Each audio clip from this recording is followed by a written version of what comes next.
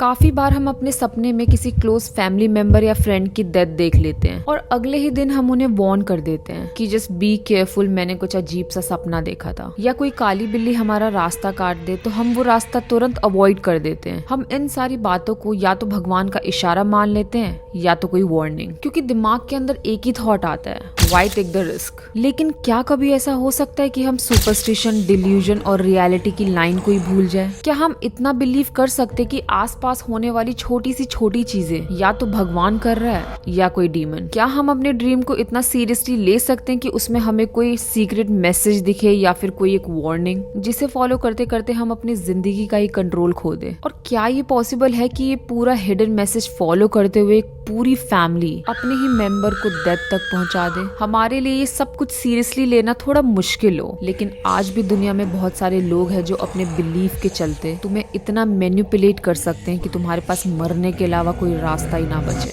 और फिर वही हुआ वू फैमिली के साथ। उनका डीमन पोजेशन पे विश्वास इतना ज्यादा बढ़ गया था कि उनकी एक बेटी की जान चली गई। लेकिन इस कहानी की डार्कनेस इतनी सिंपल नहीं है। एक दिन सुबह सुबह मिस्टर वू ने अचानक से अपने नेबर के दरवाजे पे जोर जोर से नॉक किया। वो घबराए हुए थे। उन्होंने सिर्फ एक ही बात बोली, प्लीज जल्द से जल्द एम्बुलेंस को बुलाओ। नेबर काफी शॉक हो गया। उन्होंने जैसे ही दरवाजा खोला, मिस्टर वू गायब हो चुके थे। अब सोचो, एक सेकंड में एक बुढ़ा आदमी इतनी जल्दी कहाँ जा सकता है? नेबर कंफ्यूज हो गया था। डर के साथ साथ वो सीधा वू फैमिली के घर पहुंचा। जैसे ही गेट खोला, उसने पहली चीज जो महसूस की, काफी सारे मक्खियों की तेज तेज भिनभिनाहट और फिर वो एक स्मेल, ऐसी स्मेल जो तब आती है जब घर के अंदर कुछ बहुत ज्यादा गलत हुआ हो। वो नेबर जब घर के अंदर घुसा तो उसके पैर जम गए। उसने ऐसी चीज देखी जिससे उसके होश उड़ गए। लिविंग रूम के बीचों बीच एक डेड बॉडी पड़ी थी और दीवारों पर लाल रंग के कुछ अजीब सिंबल्स बने हुए थे। पुलिस को तुरंत बुलाया गया। जो ऑफिसर्स आए थे उनका रिएक्शन काफी नॉर्मल था। वो सोच रहे थे एक सिंपल सा नेबरहुड और एक सिंपल सी फैमिली होगी। दूसरी बेटी एक नर्स थी और जो तीसरी बेटी थी वो एक कॉलेज स्टूडेंट थी और उनका एक इकलौता बेटा था जो प्रिंटिंग हाउस में काम करता था। सुन के लग रहा होगा ना, बिल्कुल आम नॉर्मल सी फैमिली। पर सवाल ये है, इस घर की चार दीवारों के अंदर ऐसा क्या हुआ था? कैसे एक पूरी फैमिली का बिहेवियर ड्रास्टिकली बदल गया? कैसे नेबर्स अब उनका नाम सुन के डर रहे थे? पुलिस को अंदाजा तक नहीं था कि वो फैमिली के सीक्रेट्स अब शुरू होने वाले थे। जब पुलिस ने वू फैमिली के बारे में नेबर से बात की तो सबने एक ही बात बोली, ये फैमिली नॉर्मल नहीं थी। नेबर्स ने कहा कि इनके घर से ऐसी ऐसी आवाजें आती थी जो हम एक्सप्लेन भी नहीं कर सकते। कभी चैंटिंग, कभी चिल्लाने की और कभी पत्थरों जैसे खींचने की आवाज। और सबसे डिस्टर्बिंग, फैमिली मेंबर्स एक दूसरे पे आइस कोल्ड वाटर फेंकते थे। चाहे कोई बंदा कितना भी शिवर कर रहा हो, वो किसी टाइप का कोई रिचुअल फॉलो करते थे। पुलिस ने एक चीज नोटिस करी थी, जब भी नेबर वू फैमिली के बारे में बोलते, सबकी आवाज कांप रही होती थी, जैसे वो सिर्फ याद नहीं कर रहे, उस डर को दोबारा जी रहे हो। नेबर्स की बात सुनने के बाद जब पुलिस घर में घुसी तो उनको तुरंत समझ आ गया कि वो कोई नॉर्मल फैमिली नहीं थी और ये घर किसी नॉर्मल चीज का हिस्सा नहीं था। घर के अंदर अजीब अजीब सिंबल्स थे। रेड कलर का कोई डायग्राम बना हुआ था जिसे बागुआ कहते हैं। ये ब्रोकन एंड अनब्रोकन लाइंस को रिप्रेजेंट करता है। ये नो यांग का बैलेंस। ये सिंबल लगाने का मतलब था कि फैमिली किसी चीज से प्रोटेक्ट होना चाहती थी या किसी पावर को घर से दूर रखना चाहती थी। विंडो के बाहर ब्लैक क्लोथ्स लटक रहे थे, जैसे कोई घोस्ट एफिजी झूल रहा हो। घर का हर एक कोना किसी रिचुअल या कल्ट प्रैक्टिस का हिस्सा लग रहा था। पूरा फ्लोर राइस और सॉल्ट से ढका हुआ था। घर में इतनी सारी मक्खियां थी कि पुलिस ऑफिसर्स को अपना मुंह ढकना पड़ा। ये सब ऑलरेडी काफी डिस्टर्बिंग था, but wait, it gets much worse. जब पुलिस डाइनिंग टेबल तक पहुंची तो उनके होश उड़ गए। टेबल परफेक्टली सेट था, जैसे कोई डिनर सर्व होने वाला हो, लेकिन बर्तन के अंदर ह्यूमन फीसिस एंड यूरिन सर्व किया हुआ था। लेकिन इस घर की स्मेल का असली सोर्स सिर्फ टेबल नहीं था। पूरे घर की दीवारें ह्यूमन फीसिस से कवर थी। आप मानोगे नहीं, कहीं कहीं से पूप लिटरली दीवार से गिर रहा था। और पूरे घर की विंडो येलो पेपर से कवर कर रखी थी ताकि ना कोई हवा अंदर आए ना कोई सनलाइट। और इन सब के बीच पहले बेडरूम में वो फैमिली की एल्डेस्ट डॉटर की डेड बॉडी पड़ी हुई थी। जब बॉडी हॉस्पिटल ले गए तब पता चला कि वो लड़की 2 दिन से मरी हुई थी। 2 दिन तक उसकी बॉडी घर में सड़ रही थी। उसकी पूरे बॉडी में ब्रूजेस थे, जैसे उसको बार बार मारा गया हो। और सबसे स्ट्रेंज बात ये थी कि उसकी पूरी बॉडी पे बर्न मार्क्स थे, वो भी बड़े बड़े, जो बिल्कुल आइडेंटिकल थे। एक ही शेप, एक ही पैटर्न में, जैसे किसी रिचुअल का हिस्सा हो। डॉक्टर काफी शॉक में थे। उन्होंने कंफर्म किया ये कोई एक्सटर्नल इंजरी नहीं थी। She died due to multiple organ failure. उसके नॉस्ट्रिल से लेके थ्रोट तक, इवन स्किन पर भी ह्यूमन फीसिस एंड यूरिन का हिस्सा मिला था। डॉक्टर को बिल्कुल समझ नहीं आया कि ये सब पॉसिबल कैसे है और किस स्टेट में उसके साथ ये सारे रिचुअल्स किए गए होंगे। ऑटोप्सी का सबसे बड़ा हिस्सा तब सामने आया जब लड़की का स्टमक ओपन किया गया। उसके पेट के अंदर खाना नहीं था,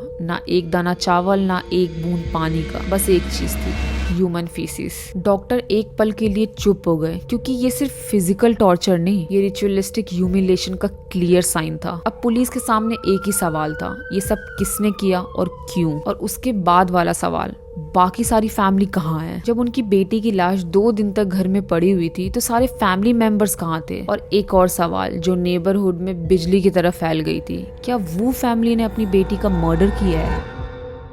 ये सब तब शुरू हुआ जब वो फैमिली की सबसे छोटी बेटी को एक अजीब सा सपना आया। एक सपना जिसमें उसने एक नाम देखा, थर्ड प्रिंस। चाइनीज फोकलोर के अकॉर्डिंग थर्ड प्रिंस एक नॉर्मल बच्चा नहीं था। कहानी कहती है कि जब थर्ड प्रिंस का जन्म हुआ तो वो 9 महीने में नहीं बल्कि 3 साल 6 महीने के बाद पैदा हुए थे। इतनी देर वूम में रहने के बाद उनकी माँ फ्रस्ट्रेशन में अपने ही पेट को तेज तेज से पंच करने लगी थी, क्योंकि वो बच्चा बाहर ही नहीं आ रहा था। और जब फाइनली जन्म हुआ वो एक नॉर्मल बेबी नहीं था बल्कि एक फ्लैश बॉल की तरह था। जन्म के बाद ही थर्ड प्रिंस के फादर ने बोल दिया था कि ये बच्चा नहीं, एक डीमन है। और उन्होंने उस बच्चे को मारने की भी कोशिश करी थी, लेकिन उसी पल उस फ्लैश बॉल के अंदर से एक यंग डेटी निकला, जिसे लोग आज भी प्रोटेक्शन गॉड मानते हैं, स्पेशली बच्चों की हिफाजत के लिए। जब छोटी बेटी ने ये सपना बार बार देखना शुरू करा तो वो फैमिली ने सोचा ये एक साइन है। वो फैमिली काफी ज्यादा रिलीजियस थी, तो उन्होंने सोचा शायद कोई सोल उनसे प्रोटेक्शन मांग रही है। और धीरे धीरे उनको लगने लगा कि उनकी छोटी बेटी की सोल बॉडी छोड़ चुकी है। उनका मानना था कि उसके अंदर अब वो नहीं, कोई और रह रहा है। वो फैमिली एक्सट्रीमली रिलीजियस थी। घर के पास एक एंशिएंट मंदिर था और वो फैमिली अपनी छोटी बेटी को लेके मंदिर चली गई ताकि उसकी लॉस्ट सोल को वापस बुलाया जा सके। वहाँ एक सोल कॉलिंग रिचुअल शुरू हुआ और हर मंत्र, हर चैंट एक ही नाम बोल रही थी, थर्ड प्रिंस। रिचुअल्स के बीच टेम्पल के प्रीस्ट ने वो फैमिली को रोक के बोला, तुम्हारी सबसे बड़ी बेटी बहुत बड़े खतरे में है। बड़ी बेटी जो तपेई में काम करती थी, जिसका इस सब से कोई लेन देन ही नहीं था, एकदम से लाइफ थ्रेटनिंग डेंजर में कैसे हो सकती है। लेकिन वो फैमिली थर्ड प्रिंस को फाइनल अथॉरिटी मान रही थी। इस वार्निंग को इग्नोर करना उनके बिलीफ के अगेंस्ट था, इसलिए मिसेस बून ने तुरंत अपनी बड़ी बेटी को कॉल किया। माँ ने सीधे कॉल पे बोला कि तपेई में मत रुकना, वहाँ पे बहुत ज्यादा डेंजर है, सीधे घर आ जाओ। बड़ी बेटी काफी ज्यादा शॉक में चली गई थी। उसने फटाफट अपनी पैकिंग शुरू करी और तभी उसके घर की डोरबेल बजी और दरवाजा खोला तो उसकी माँ खड़ी थी। थर्ड प्रिंस वाली वार्निंग उनके लिए इतनी ज्यादा इंटेंस थी कि माँ पेशेंस नहीं रख पाई। वो फटाफट तपेई चली गई अपनी बड़ी बेटी को लेने। So now after a very long time पूरा परिवार एक साथ था।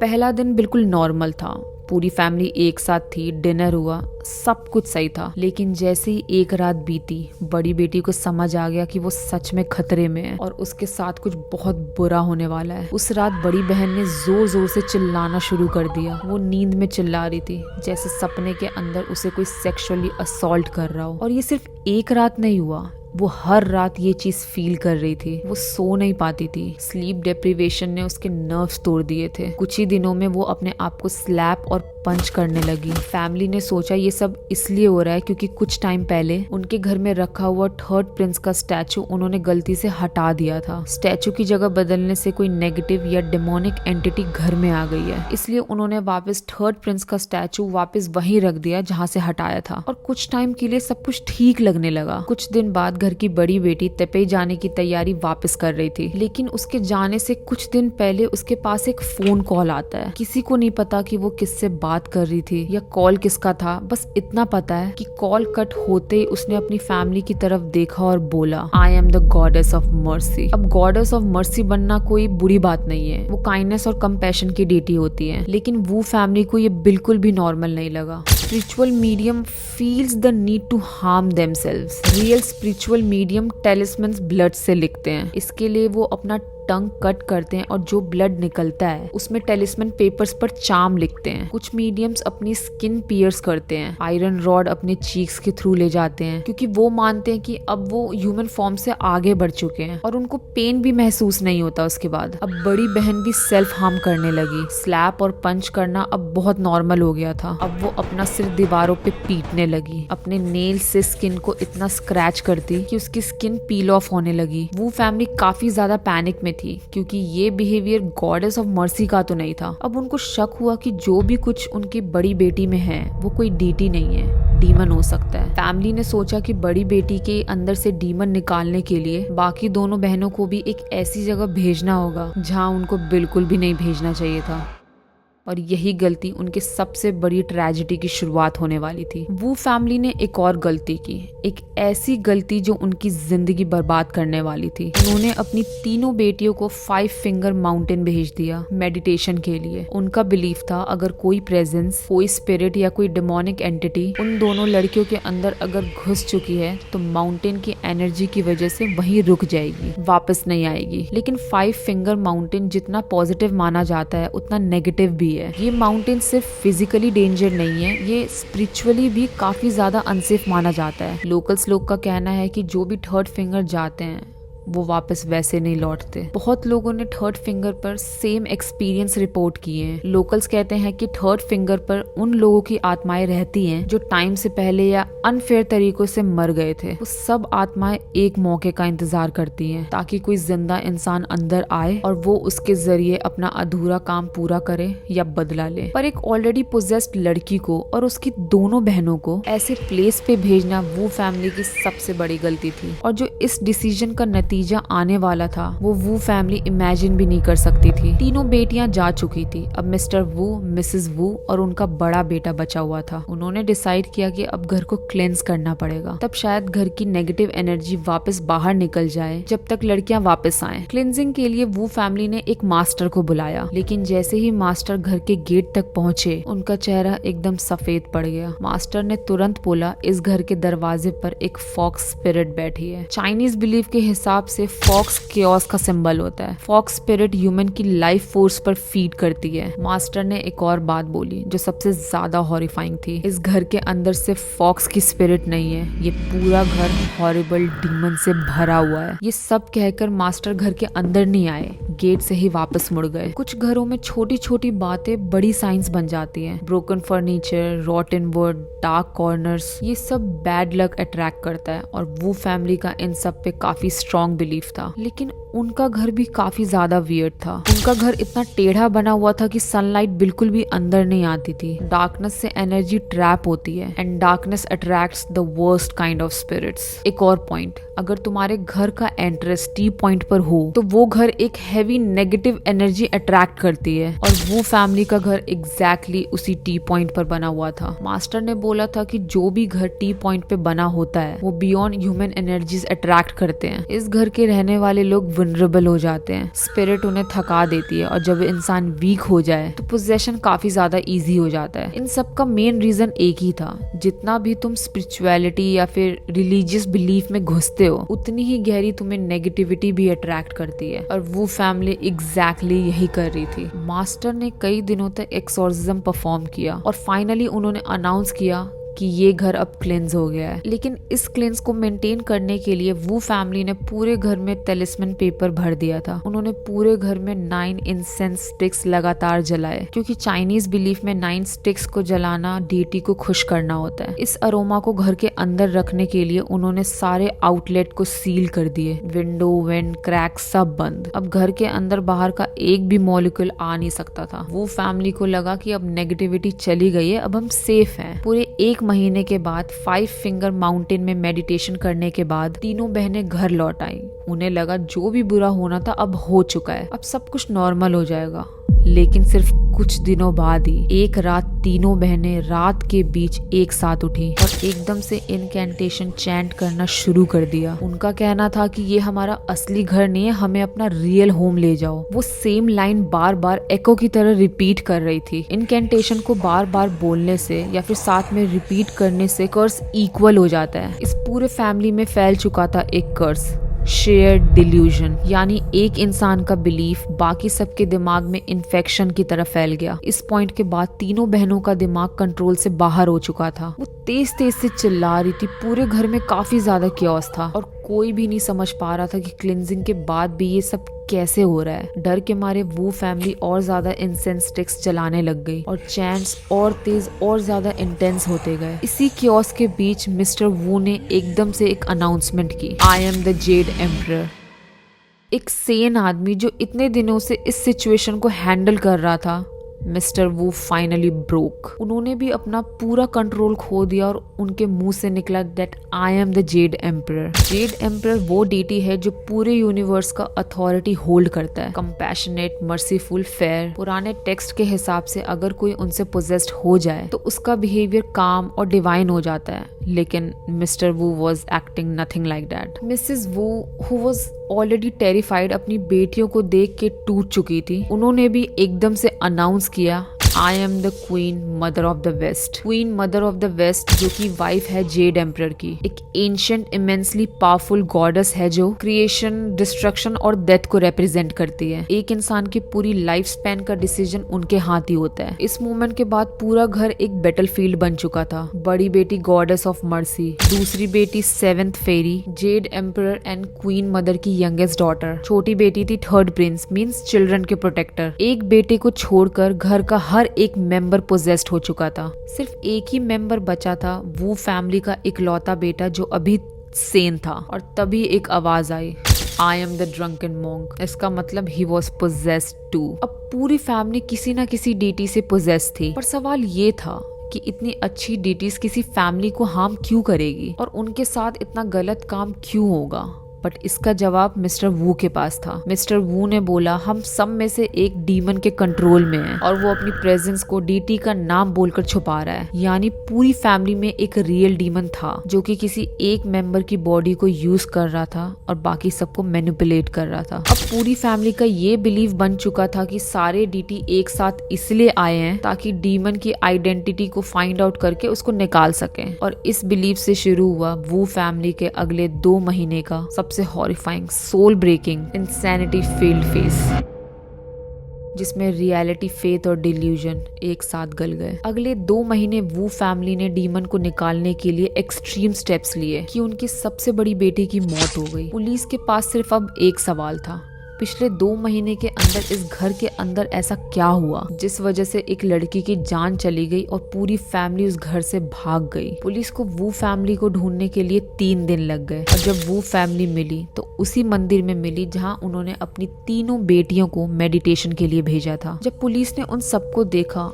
तो एक चीज सबसे ज्यादा कॉमन थी कि पूरी फैमिली की बॉडी में सेम बर्न मार्क्स थे। एग्जैक्टली वही पैटर्न, वही आइडेंटिकल बर्न्स जो उनकी डेड डॉटर की बॉडी पे थी। पुलिस ने जैसे ही पूछा कि तुम लोग घर से भागे क्यों, तो सारी फैमिली चिल्लाने लगी। उन्होंने सिर्फ एक ही चीज बोली कि हम कुछ नहीं बोलेंगे वरना डीमन आपको भी हॉन्ट करेगा। मिस्टर वो इतना ज्यादा डर चुके थे कि उन्होंने पुलिस को वार्न किया, अगर आप ज्यादा पूछताछ करेंगे तो डीमन आपको भी पोजेस कर देगा। सबसे ज्यादा डिस्टर्बिंग बात ये थी कि मिस्टर वो बिल्कुल भी ब्रोकन नहीं लगे। जब पुलिस ने पूछा कि तुम्हारी बेटी कैसे मरी तो उनका जवाब ये था कि हमने उसे नहीं मारा है, उसको डीमन ने मारा है। और ये कह के वो रिलैक्स्ड हो गए, जैसे वो सुकून में हो। एक बाप का अपनी बेटी की मौत पे इतना शांत रहना पुलिस वालों को काफी ज्यादा वियर्ड लग रहा था। वो फैमिली पुलिस को कुछ नहीं बताना चाहती थी, वो हर सवाल पर चुप हो जाते थे, जैसे उन्हें डर हो कि कोई दूसरी चीज उन्हें सुन रही हो। तो पुलिस ने एक रिस्की डिसीजन लिया, उन्होंने एम्परर रूलर यूज किया, एक वुडन रूलर जिसमें एंशिएंट डीटीज के सिंबल और स्कल्पचर्स बने होते हैं। ये रूलर ट्रेडिशनली